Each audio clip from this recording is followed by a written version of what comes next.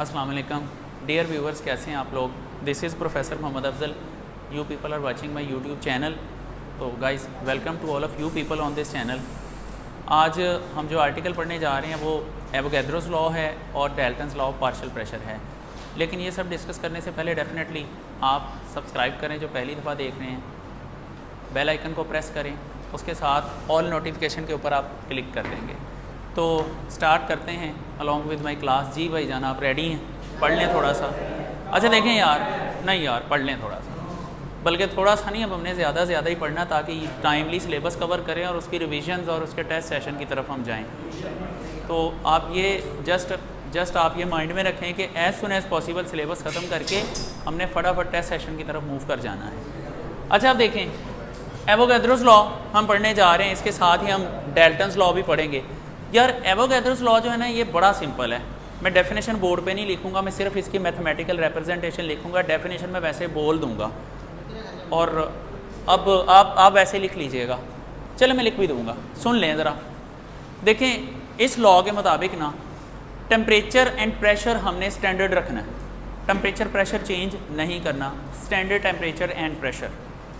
Standard temperature and pressure पे किसी भी गैस का जो वॉल्यूम होता है वो उसके नंबर ऑफ मोल्स से के डायरेक्टली प्रोपोर्शनल होता है। बड़ी सिंपल सी बात है यार। आप बलून की एग्जांपल ले लें।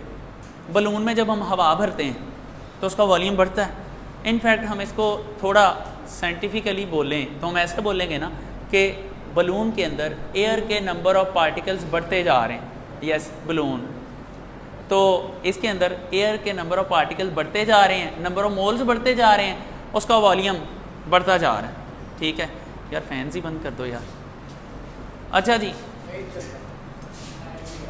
इसी का तो सबसे ज़्यादा शोर है। अच्छा यार देखें, हम ना बलून की बात करते हैं तो एयर के नंबर ऑफ पार्टिकल्स जो हैं, नंबर ऑफ मोल्स जो हैं, वो बलून के अंदर बढ़ते चले जाते हैं तो उसका वॉल्यूम बड़ा होता चला जाता है। अब जब उसमें से हवा निकलती है तो उसका वॉल्यूम छोटा होता चला जाता है। तो हम ये कह सकते हैं कि बलून के अंदर से जब हवा निकलती है, इनफैक्ट एयर के नंबर ऑफ मोल्स कम होते चले जाते हैं तो उसका वॉल्यूम भी कम होता चला जाता है।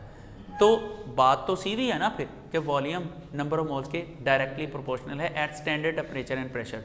तो जब आप इस लॉ को डिफाइन करेंगे, आप इस तरह से लिखेंगे, आप ये डेफिनेशन नोट कर लें। शॉर्ट क्वेश्चन में आएगा डिफाइन एवोगैड्रोस लॉ। तो ये शॉर्ट क्वेश्चन है, it is a short question. तो यार इसकी स्टेटमेंट में लिख देता हूँ कि the volume of given mass of a gas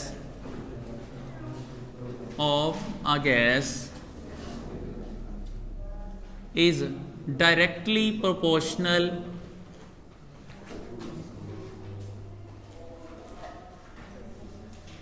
to its number of moles। लेकिन साथ में इसकी कंडीशन भी लिखनी है, एट STP, मतलब स्टैंडर्ड टेम्परेचर एंड प्रेशर पे। देखें ना, हम बलून में हवा भर रहे हैं या हवा निकलती जा रही तो हम टेम्परेचर या प्रेशर तो चेंज नहीं कर रहे। ठीक है, तो ये देखें, ये स्टैंडर्ड टेम्परेचर एंड प्रेशर पे होता है। अच्छा, इसको अगर हम मैथमेटिकली लिखें तो हम लिखेंगे volume is directly proportional to N at STP। अच्छा यार, ये इतनी इसकी डेफिनेशन काफ़ी है, लेकिन आपने जस्ट इतना नहीं लिखना। एक टर्म है मोलर वॉल्यूम। मोलर वॉल्यूम की जो टर्म है वो भी इसके साथ रेलेवेंट है, तो रादर आप वो भी इसमें लिखेंगे। मैं वो भी लिख देता हूँ, मोलर वॉल्यूम। आपसे अगर ये शॉर्ट क्वेश्चन पूछा जाए, आपने मोलर वॉल्यूम को भी डिस्क्राइब करना है, क्योंकि एग्जाम्पल जब देंगे तो मोलर वॉल्यूम के बगैर समझ नहीं आएगी। तो मोलर वॉल्यूम की भी डेफिनेशन मैं यहाँ लिख देता हूँ, मोलर वॉल्यूम। इसको लेकर कुछ, ये वैसे फर्स्ट चैप्टर में है तो इसके साथ रेलेवेंट कुछ न्यूमेरिकल्स भी हैं जो मैंने फर्स्ट चैप्टर के साथ करवाए थे, लेकिन ये कहीं ना कहीं जाके आपको मैं एक दफ़ा फिर करवा दूंगा। अच्छा देखें, यहाँ हमने न्यूमेरिकल्स नहीं करने इसके। तो इसकी जब डेफिनेशन हम कहते हैं कि किसी भी गैस का एक मोल जब किसी जगह पे एनक्लोज करते हैं तो वो जितना वॉल्यूम ऑक्यूपाई करेगा उसको हम मोलर वॉल्यूम कहते हैं। तो इसकी डेफिनेशन भी ऐसे ही आएगी कि the volume the volume occupied by 1 mole of a gas is called, at STP लिख दें, रादर ऐसे भी ठीक है, इज कॉल्ड मोलर वॉल्यूम। ये मोलर वॉल्यूम की डेफिनेशन है। अब किसी भी गैस का एक मोल ले लें, मैं एक या दो एग्जांपल देता हूँ, देन हम कहानी ख़त्म करते हैं इसकी। एग्जांपल्स देख लें इसकी, दो एग्जांपल्स मैं दे देता हूँ। बहुत ही प्रोमिनेंट दो गैसेस हैं, हाइड्रोजन एंड ऑक्सीजन। यार आप हाइड्रोजन का 2.016 ग्राम्स लेते हैं ऑफ हाइड्रोजन। यार 2.016 ग्राम्स ऑफ हाइड्रोजन जो है वो होगा इसका 1 मोल, दैट इज़ 1 मोल। और ये जो 1 मोल होता है इसके अंदर मैंने आपको बताया था 6.022 इंटू 10⁻23 पार्टिकल्स आते हैं। ये जिस बच्चे ने फर्स्ट चैप्टर पढ़ लिया हुआ उसको पता होगा। तो ये इसके अंदर जो वॉल्यूम होगा ना, मतलब इतने पार्टिकल्स हाइड्रोजन के जब वॉल्यूम ऑक्यूपाई करेंगे वो होगा 22.414 डेसीमीटर क्यूब। ठीक हो गई ना बात। इसके अलावा अब बात ऑक्सीजन की कर लें। ऑक्सीजन का 32 ग्राम्स होता है। वैसे ऑक्सीजन का जो एटॉमिक मास है वो 16 है, लेकिन उसका फॉर्मूला देखें तो वो O2 होता है ना, तो O2 मतलब ऑक्सीजन के 2 एटम्स आ गए तो उसका जो मास है वो डबल हो जाता है। तो जब हम उसको लिखते हैं तो that is 32 grams of O2 लिखेंगे, that is equal to 1 mole of oxygen. और यार इसका 6.022 इंटू 10⁻23 पार्टिकल्स आते हैं और 1 मोल है तो 1 मोल के अंदर डेफिनेटली मोलर वॉल्यूम आएगा जो कि 22.414 डेसीमीटर क्यूब होता है। Got the idea? ठीक है। अगर ये शॉर्ट आए आपने ये सारा इतना लिखना है, समझ आ गई ना बात की? तो मतलब अगर आपने इसके पूरे 2 नंबर लेने हैं, अदरवाइज़ अगर ये पूरा डाटा नहीं देंगे तो चल तो जाएगा, लेकिन हो सकता है आपका 1 नंबर काट लिया जाए। तो आपने कंप्लीट डिस्क्रिप्शन देनी है यहाँ पे। ये शॉर्ट क्वेश्चन है। अच्छा, इससे आगे जो क्वेश्चन है ना वो है Dalton's law of partial pressure. यार एक तो हमने जो सुबह का आर्टिकल पढ़ा था बेसिकली आसान आर्टिकल था, एक जो हम आर्टिकल पढ़ने जा रहे हैं डेल्टन्स लॉ, ये भी बहुत ईजी आर्टिकल है। तो मतलब ये आपको समझ भी आएगा, आपको याद करने में भी मसला नहीं होगा, तो इसको भी हम अभी कर लेते हैं। लो जी, लॉन्ग क्वेश्चन है। लॉन्ग क्वेश्चन बड़ा सिंपल है, सीधा सीधा आता है, right a detailed note and Dalton's law of partial pressure. तो मैं direct Dalton's law of partial pressure से बात शुरू करता हूँ। Dalton's law of partial pressure, ये पहले समझ लें, फिर मैं आपको ये बुक से बताऊंगा कि आपने इसमें से याद क्या करना है और छोड़ना क्या है इसमें से। हाँ, मैं बुक से प्रॉपर बताऊंगा आपको, इसको बस समझ लें, नोट चाहे ना करें। ये मैंने आपको बिल्कुल बुक से बताना है कि आपने इसको किस तरह से सॉल्व करना है, ठीक है, किस तरह से याद करना है। अच्छा यार, Dalton's law of partial pressure, John Dalton scientist का नाम था जिसने इसको डिस्कवर किया था, तो जिसकी वजह से इसका नाम Dalton's law of partial pressure रख दिया। अब पार्शियल प्रेशर क्यों कहा गया ये भी मैं आपको अभी बताता हूँ। पहले मैं इसकी आपको एक डेफिनेशन लिख दूँ। इसकी डेफिनेशन समझने के लिए बोर्ड पे लिखनी ज़रूरी है, बहुत इजी डेफिनेशन है, मैं लिख देता हूँ। इसको जब हम डिफ़ाइन करते हैं, डेफिनेशन लिख दें या स्टेटमेंट लिख दें, डेफिनेशन इसकी जो बनेगी दैट इज़, वो देख लें कि द प्रेशर एक्सर्टेड बाय, ये है द प्रेशर एक्सर्टेड बाय। मैं फिर कह रहा हूँ ये बहुत इंपॉर्टेंट क्वेश्चन है। और 3rd चैप्टर में से जब कोई हम टीचर लोग जब सोचते हैं कि जी 3rd चैप्टर में से लॉन्ग क्वेश्चन देना, तो हमारे जहन में सबसे पहले डाल्टन्स लॉ ही आता है कि यही पेपर में देना है, तो ये इंपॉर्टेंट आर्टिकल है। लो जी, the pressure exerted by a mixture of non-reacting gases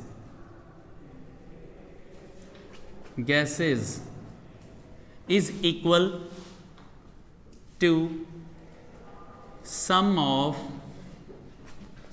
of their individual, मैं इसका भी मतलब भी समझाऊंगा तो ये लॉ समझ में आ जाएगा, इंडिविजुअल पार्शियल प्रेशर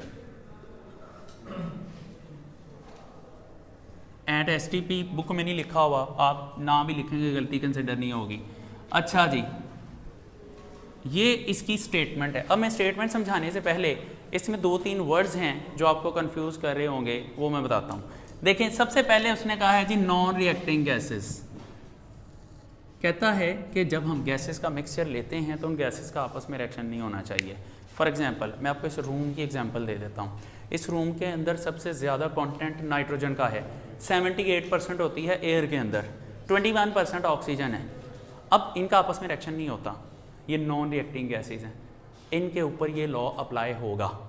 अगर रिएक्शन कर जाए ना गैसेस, तो फिर उसका नुकसान ये होता है कि वो जब आपस में रिएक्शन कर जाएंगी तो रिएक्शन करने के बाद नंबर ऑफ मोल चेंज हो जाएंगे।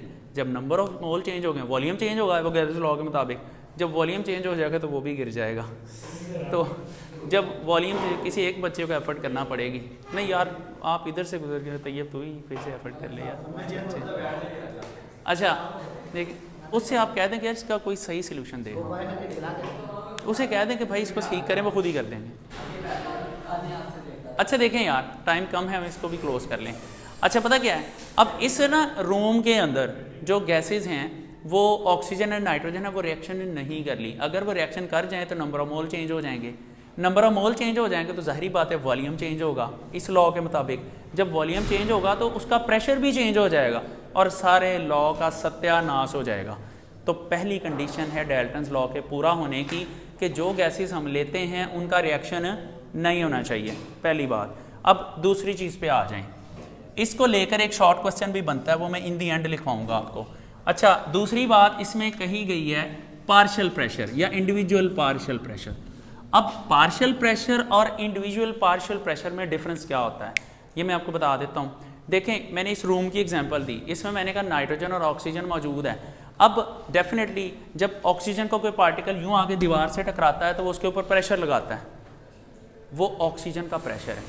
अब मिक्सचर के अंदर, डोर क्लोज कर दें बस। अच्छा देखें, अब पता क्या है, वो कहता है कि जब किसी मिक्सचर में से किसी एक गैस का प्रेशर निकालेंगे तो वो इंडिविजुअल पार्शियल प्रेशर होगा, और जब सबका इकट्ठा प्रेशर देखेंगे, सबको जमा करेंगे तो वो टोटल प्रेशर होगा। मैं डेली लाइफ में से एक एग्जांपल देता हूँ। फ़र्ज़ कर लें एक गाड़ी है, ख़राब हो गई है, 4 लोग उसको धक्का लगा रहे हैं, ठीक है। अब एक पर्सन जो धक्का लगा रहा है वो उसका इंडिविजुअल पार्शियल प्रेशर, जो दूसरा लगा रहा है वो उसका, जो तीसरा वो उसका प्रेशर है, ठीक है। जितनी जितनी कोई ज़ोर ताकत लगा रहा है वो उसका प्रेशर है, लेकिन जो गाड़ी के ऊपर लग रहा है वो टोटल प्रेशर है। तो ये लॉ भी यही कहता है गैसेस का मिक्सचर है। अब गैसेस के मिक्सचर में जो गैस अलग-अलग जो प्रेशर लगा रही है ना, उस सब के अलग-अलग प्रेशर को जब आपस में ऐड कर लेंगे हमारे पास टोटल प्रेशर आ जाएगा। बात की समझ आई है कि नहीं? अब ज़रा लॉ को पढ़ें, आपको बात की समझ आएगी। वो कहता है the pressure exerted by a mixture of non reacting gases is equal to sum of, जमा करें, देयर इंडिविजुअल पार्शियल प्रेशर्स को। कहता है एक मिक्सचर के अंदर जितनी भी गैसेज हैं उन सब के अलग-अलग पार्शियल प्रेशर को जमा कर दें, हमारे पास टोटल प्रेशर आ जाता है। अब उसने ना इसकी नीचे एग्जांपल दी, उसने कहा जी आपके पास मिक्सचर में 3 गैसेज हैं, एक गैस का प्रेशर है P1, एक गैस का प्रेशर है P1, एक गैस का प्रेशर है P2, एक गैस का प्रेशर है P3, 3 गैसेज हैं। कहता है तीनों के प्रेशर्स को जब ऐड करेंगे, सम करेंगे, तो वो टोटल प्रेशर के बराबर आ जाएगी। इसको सिंपली P लिख दें या P टोटल लिख दें। ये इस लॉ की स्टेटमेंट है। इतनी बात की समझ आई? अब यहाँ पर शॉर्ट क्वेश्चन भी आता है, और शॉर्ट भी उतना ही इंपॉर्टेंट है जितना ये लॉन्ग है। शॉर्ट क्वेश्चन आता है define Dalton's law of partial pressure, तो आप एटलीस्ट इतना लिखेंगे। मैं बुक से अभी बता देता हूँ कि आपने इसको कितना लिखना है। अच्छा, उसके बाद आगे इसकी एक्सप्लेनेशन आ जाती है। एक्सप्लेनेशन में वो कहता है, एक्सप्लेनेशन के स्पेलिंग सही लिखने यार, ये नहीं गलती नहीं होती, लेकिन इंप्रेशन आपके पेपर का अच्छा नहीं जाता। एक्सप्लेन होता है EXPLAIN, तो जब एक्सप्लेनेशन होता है ना तो उसमें आई नहीं आता, एक्सप्लानेशन होता है बेसिकली, ठीक है ना। यहाँ से आई ख़त्म हो जाता है। अच्छा देखिए, एक्सप्लेनेशन में वो कहता है जी आप एज्यूम कर लें, आप फ़र्ज़ कर लें you people are having 4 cylinders, आपके पास 4 सिलेंडर्स हैं। चारों सिलेंडर्स जो हैं उनका जो वॉल्यूम है सेम है। मैं 4 सिलेंडर्स यहाँ ड्रॉ कर देता हूँ। मैं ये डायग्राम बना रहा हूँ, आपने डायग्राम नहीं बनानी, आपने जितना बुक में लिखा है, जिस तरीके से बुक में लिखा है वही करना है। ये मैं 4 सिलेंडर शो करता हूँ, चारों का वॉल्यूम एक है। 3 अभी इधर बना रहा हूँ, चौथा मैं अभी बनाता हूँ। ये देखिए कहता है कि आपके पास जी 3 गैसेज हैं, तीनों का वॉल्यूम सेम है। कहता फ़र्ज़ कर लें इसका 10 डेसीमीटर क्यूब है वॉल्यूम, इसका 10 डेसीमीटर क्यूब है, इसका भी वॉल्यूम 10 डेसीमीटर क्यूब है, इसका भी वॉल्यूम 10 डेसीमीटर क्यूब है। 3 अलग अलग सिलेंडर ले लिए, इन तीनों का वॉल्यूम 10 डेसीमीटर क्यूब है। कहता है इसके अंदर भरी है ऑक्सीजन गैस, तो यार जो प्रेशर होगा वो पार्शियल प्रेशर ऑफ ऑक्सीजन होगा, हम कहते हैं जी PO2, ठीक है। बुक में वैसे शायद यहाँ हाइड्रोजन ली उसने, इसमें उसने CH4 भरी है, इसके अंदर जो प्रेशर होगा पार्शियल प्रेशर ऑफ CH4 होगा। इसके अंदर उसने गैस भरी है वो है H2, PH2, ये है partial pressure of hydrogen gas. वो कहता है फ़र्ज़ कर लें, यार ये वैल्यूज़ पेपर में आपने अपनी मर्ज़ी की फ़र्ज़ करनी है, कुछ तो वैल्यूज़ बुक में लिखी हैं, अगर पेपर में आपको बुक वाली वैल्यूज़ भूल जाती हैं या आपको नहीं याद रहता कि कौन सा प्रेशर किसका था, तो अपनी मर्ज़ी की वैल्यू लिख सकते हैं। मैं लिख देता हूँ, फ़र्ज़ कर लें ये है 400 टॉर, ये 400 टॉर है। फ़र्ज़ कर लें ये जो है ये 100 टॉर है, ये फ़र्ज़ कर लें, ठीक है। जूम इन किया, बैटरी लो हो गई, कोई बात नहीं, चलने दें, ये हो जाएगी record.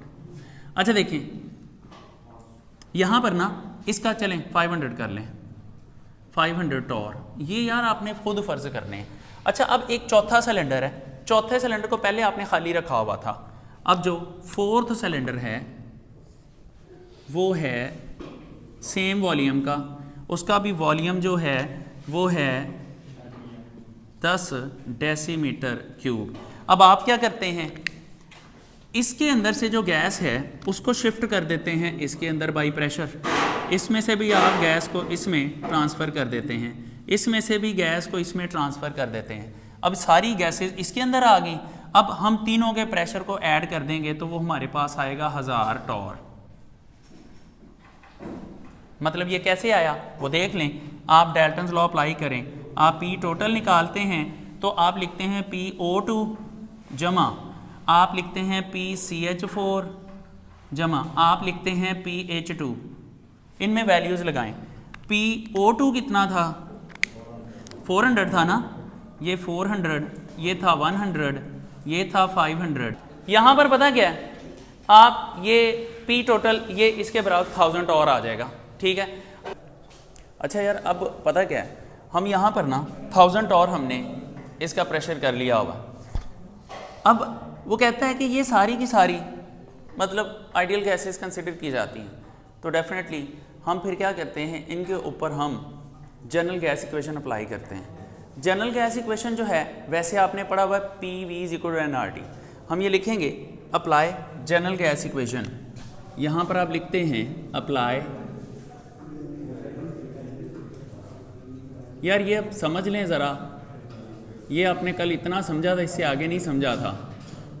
Apply general gas equation, हम मिक्सर के ऊपर भी जनरल गैस इक्वेशन अप्लाई करते हैं और ओवरऑल एक एक गैस जब अलग-अलग पढ़ते हैं उसके ऊपर भी अप्लाई करते हैं। देखें PV = nRT, यही थी ना जनरल गैस इक्वेशन। यार आप सोचें कि अगर चलें इसमें थोड़ी स्पेस बचानी होती है, मैं इसको दोबारा लिखता हूँ, ये फिर आगे पूरी नहीं आएगी वैल्यू। देखें PV = nRT। अच्छा अब यहाँ पर पता क्या होता है, यहाँ पर नंबर ऑफ मोल्स चेंज करने से अगर हम टोटल नंबर ऑफ मोल्स लेते हैं तो वो टोटल प्रेशर के बराबर होगा। वजह क्या है, देखें वॉल्यूम तो हमने ऑलरेडी कहा है जी कांस्टेंट होगा, हर एक में हमने 10 डेसीमीटर क्यूब लिया, वॉल्यूम तो हो गया कांस्टेंट, R वैसे कांस्टेंट है, टेम्परेचर हम ये रूम टेम्परेचर पे करा रहे होते हैं, हम टेम्परेचर चेंज नहीं कर रहे होते, तो एज ए रिजल्ट क्या होता है जी, ये जो होता है नंबर ऑफ मोल चेंज होने से प्रेशर चेंज होगा, ठीक हो गया ना। एक पर्टिकुलर एरिया के अंदर जब आप नंबर ऑफ मोल्स चेंज करते हैं तो प्रेशर चेंज होता है। वो कैसे, देखें ना, इसकी जितनी भी क्वांटिटी थी इसकी और इसकी सबको जब हम इसमें लिया तो इसके नंबर ऑफ मोल्स चेंज हुए ना, तो नंबर ऑफ मोल्स चेंज होने से डायरेक्टली उसका प्रेशर चेंज हुआ है। समझ आई ना बात की। तो हम ये कह सकते हैं कि किसी भी गैस के लिए जब हम नंबर ऑफ मोल्स चेंज करते हैं तो उसका प्रेशर चेंज होता है। अगर नंबर ऑफ मोल्स टोटल हैं तो प्रेशर भी टोटल होगा। अब हमारे पास पहली गैस कौन सी थी? O2 थी ना। हम इसके ऊपर जनरल गैस इक्वेशन जब अप्लाई करते हैं वो देखें कैसे आएगी। हम PV = nRT अप्लाई करना है ना। अब हमने अप्लाई करना है ऑक्सीजन के ऊपर, तो हम लिखेंगे PO2 और NO2 हो जाएगा। मतलब जब ऑक्सीजन के नंबर ऑफ मोल्स बढ़ते हैं तो ऑक्सीजन का पार्शियल प्रेशर बढ़ता है, इसका ये मतलब है। अच्छा, इसके अलावा हम सेम रिलेशन को अप्लाई करते हैं सेकेंड गैस पे, PV = nRT। तो अब देखें, अगर सेकेंड गैस है CH4, हम CH4 के नंबर ऑफ मोल्स चेंज करेंगे जब, तो फिर प्रेशर भी CH4 का ही चेंज होगा। इसी तरह लास्ट जो गैस हमने पढ़ी दैट इज़ हाइड्रोजन गैस। हम जब प्रेशर चेंज करते हैं हाइड्रोजन का, तो जो नंबर ऑफ मोल चेंज करते हैं हाइड्रोजन के, तो प्रेशर भी हाइड्रोजन का ही चेंज होता है। मतलब यहाँ पर हम H2 लिख देते हैं, तो प्रेशर भी H2 का ही चेंज होगा। अब इससे आगे कहता है इसमें थोड़ी सी इक्वेशन में चेंज लाएं। चारों इक्वेशन जो हमने लिखी है ना, इनमें से आप प्रेशर की वैल्यू निकाल लें। जब इसके अंदर से प्रेशर की वैल्यू निकालेंगे ना, तो वो P टोटल आएगा। P total that will be equal to NT RT over V हो जाएगा। इसमें से निकाल लेंगे तो PO2 निकाल लेंगे, that is equal to NO2 RT over V। इसमें से निकालेंगे तो CH4 निकाल लेंगे, ये आएगा NCH4 RT ओवर V। इसमें से निकालेंगे तो PH2 निकालेंगे और वो आएगा NH2 RT ओवर V। अच्छा, अब इसके अलावा ना और एक चीज़ नोटेबल है इसमें, वो क्या है वो भी आपको मैं बता देता हूँ। बड़ी सिंपल सी बात है, अभी आपको मैंने थोड़ी देर पहले बताई भी है। मैंने कहा था कि इस इक्वेशन के अंदर वॉल्यूम कांस्टेंट है, R कांस्टेंट है, टेम्परेचर रूम टेम्परेचर पे करा रहे हैं वो भी कांस्टेंट है, तो जो प्रेशर चेंज होगा वो नंबर ऑफ मोल चेंज होने से चेंज होगा। ऐसा ही है ना। हम ये बात यहाँ मेंशन करते हैं, हम ये कहते हैं कि जो टोटल प्रेशर है डायरेक्टली प्रोपोर्शनल है नंबर ऑफ टोटल मोल्स के। अब बुक में ये ना, कई बुक्स में ये गलत लिखा हुआ है, ज़्यादातर बुक्स में ठीक है, कई बुक्स में ना उसने यहाँ पर V भी लिख दिया है, वो मिस प्रिंटेड है। अगर किसी की बुक में यहाँ पर V लिखा हुआ है तो उसको काट दें, ये आएगा PT is directly proportional to NT।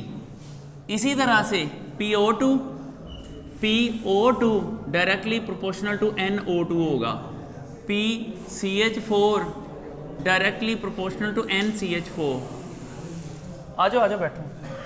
अच्छा देखें, P अब यहाँ पर H2 है, डायरेक्टली प्रोपोर्शनल टू NH2 होगा।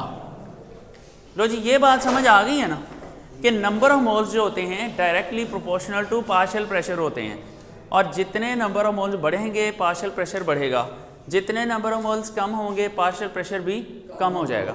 अब ना इसके ऊपर हम ये सेंटर वाला कॉलम इसको सेलेक्ट कर लेते हैं, मतलब ये वाला जो कॉलम है इसको सेलेक्ट कर लेते हैं। ये हमें प्रेशर की वैल्यूज दे रहा है ना, हम इनके ऊपर Dalton's law of partial pressure apply करते हैं। Apply Dalton's law of partial pressure here, apply Dalton's law of partial pressure. लो जी, ये लॉ हम अप्लाई करते हैं। Dalton's law of partial pressure जब अप्लाई करते हैं तो देखें उसका रिलेशन क्या बनेगा, P total must be equal to partial pressure of oxygen plus partial pressure of CH4 plus partial pressure of hydrogen. देखें ना, सबके पार्शियल प्रेशर्स को हम जब जमा करेंगे तो टोटल प्रेशर के बराबर आ जाएगा। चलें हम इसमें वैल्यूज़ प्लेस करके देखते हैं। PT को आप वैसे लिखा रहने दें। अब वैसे था PT = NT RT over V। अब इस सारे को सॉल्व करेंगे तो फिर PT के बराबर आना चाहिए। हम इनमें वैल्यूज़ लगाते हैं। PO2 कितना था, NO2 RT over V plus यहाँ पर आएगा NCH4 RT over V plus NH2 R T over V. अच्छा, इस सारी वैल्यूज़ के अंदर R T over V common factor लिया जा सकता है।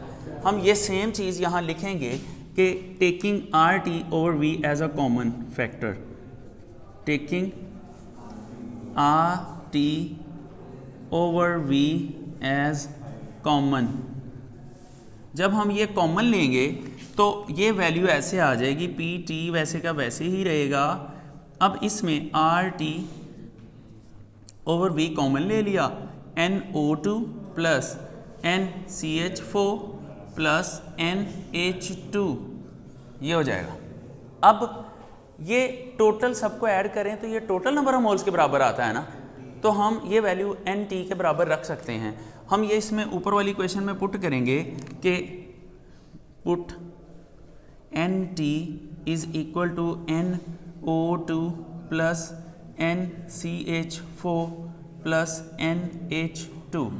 अब देखें ना, इन तीनों को ऐड करें तो NT के बराबर आ जाता है। हम ये वैल्यू जब यहाँ प्लेस करते हैं तो ये पूरा फैक्टर NT के बराबर हो जाएगा। अब ज़रा इसको प्लेस करके देखें, हम लिखेंगे PT इज़ इक्वल टू, इसकी जगह पे NT लग गया, NTRT ओवर V। तो देखें ये एग्जैक्टली इसके बराबर नहीं आ गया। इसका मतलब है Dalton's law of partial pressure verify हो गया। नीचे आप जस्ट इतनी लाइन मेंशन करेंगे कि hence Dalton's law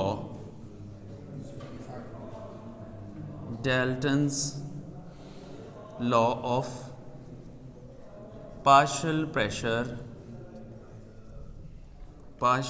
pressure is verified.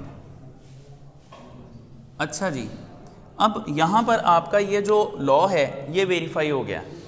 अच्छा, अब ना बुक्स निकालें, मैं आपको टेक्स्ट बुक से बताऊं कि आपने इसको कितना जो है ना इसको मेमोराइज करना है।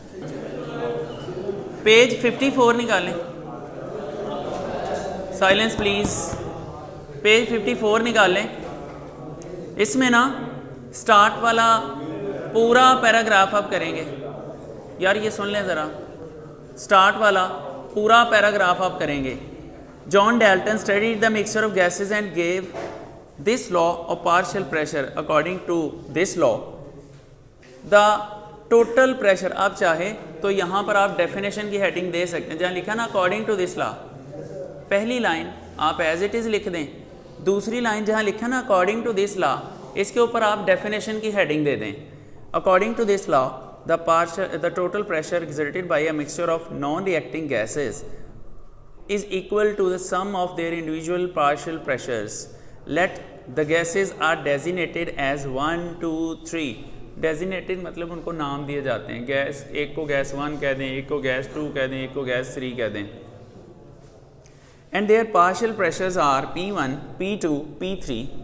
The total pressure P of the mixture of gas is given by PT is equal to P1 plus P2 plus P3। ये आप लिख देंगे। अच्छा, यहाँ तक लिख के ना जो आगे पैराग्राफ स्टार्ट हो रहा है ना उसके ऊपर आप एक्सप्लेनेशन की हेडिंग दे दें। जहाँ लिखा है ना the partial pressure of a gas, यहाँ पर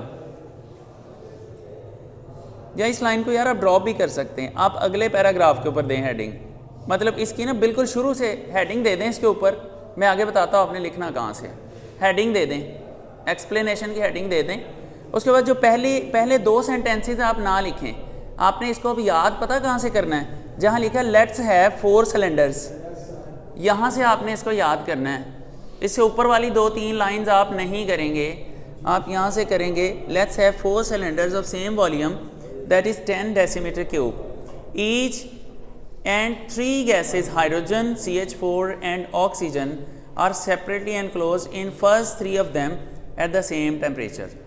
Let their partial pressures be 400 torr, 500 torr and 100 torr respectively.